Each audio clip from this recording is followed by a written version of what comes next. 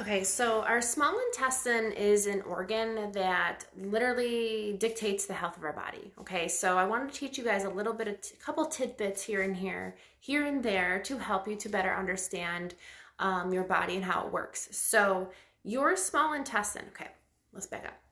We eat our food, right? You eat the food, it goes down to your stomach. Your stomach digests your food, it has enzymes that literally break the food down.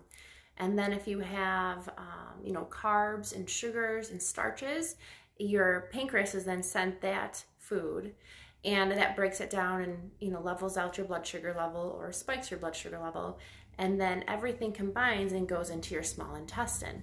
Your small intestine's job is to ingest basically the food and nutrients into your body. So one, if your stomach is not breaking down food properly, the bits of pieces of foods are not going to be small enough for your small intestine to absorb.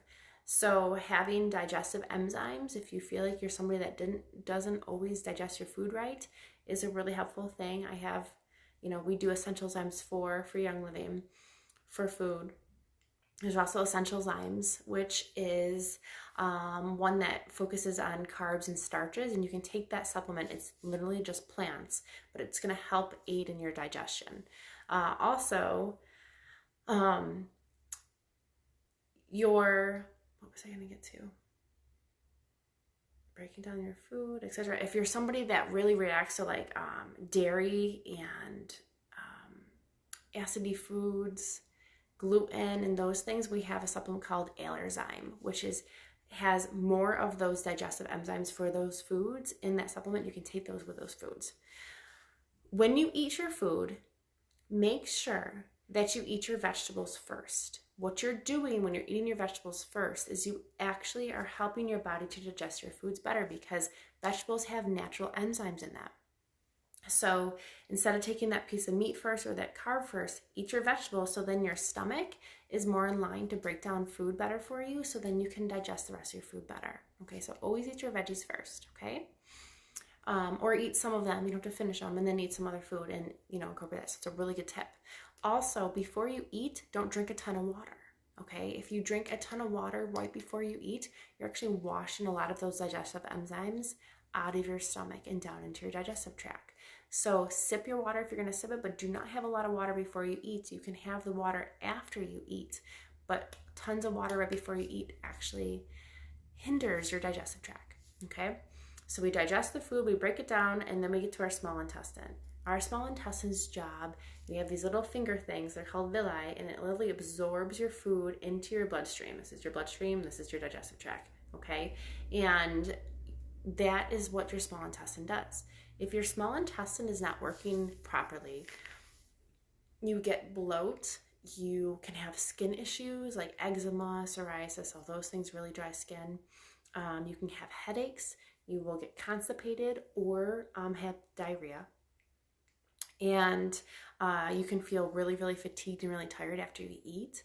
So your small intestine is kind of like the most important organ to your body, because if you don't digest your food right, then you're not going to absorb it into your body. And the reason why we eat is to use our food for fuel. So it literally breaks down your digestive tract into the reason why you're living.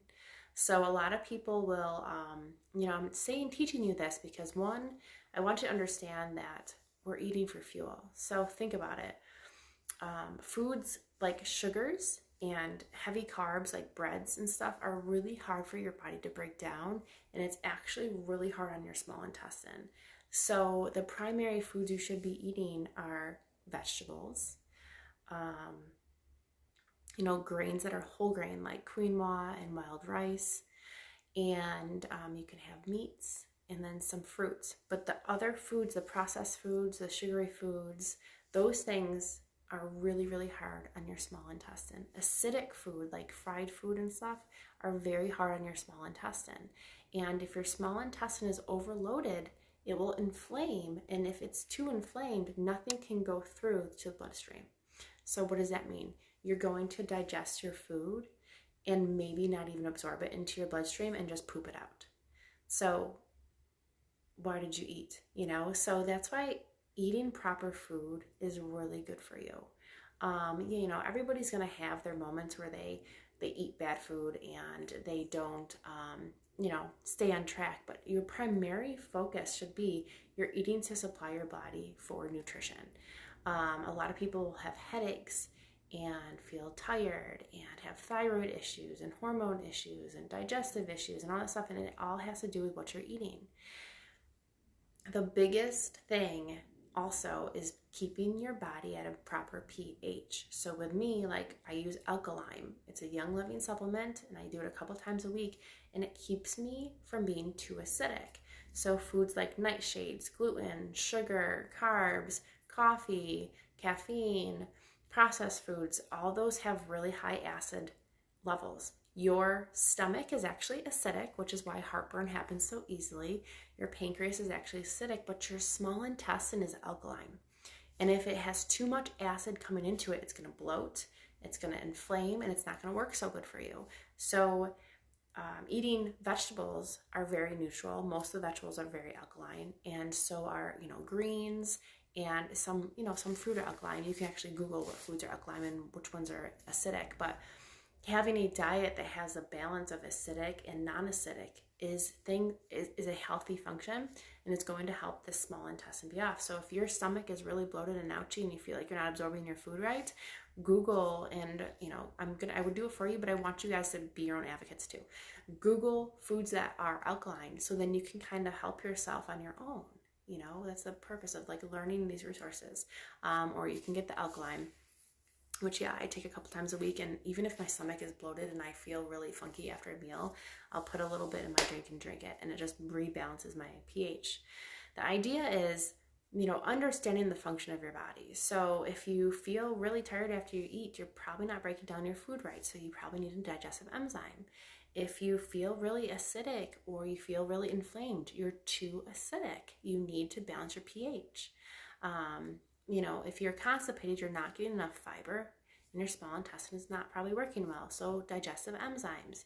If you're going poop too much, like diarrhea, then your small intestine is too inflamed. Your pH is too high. You're too acidic. So learning those things will help you to continue to help yourself, instead of just accepting how you are. Like there's resources and tools that you can use in order to help yourself. So I hope this is helpful for you. Let me know if you have questions.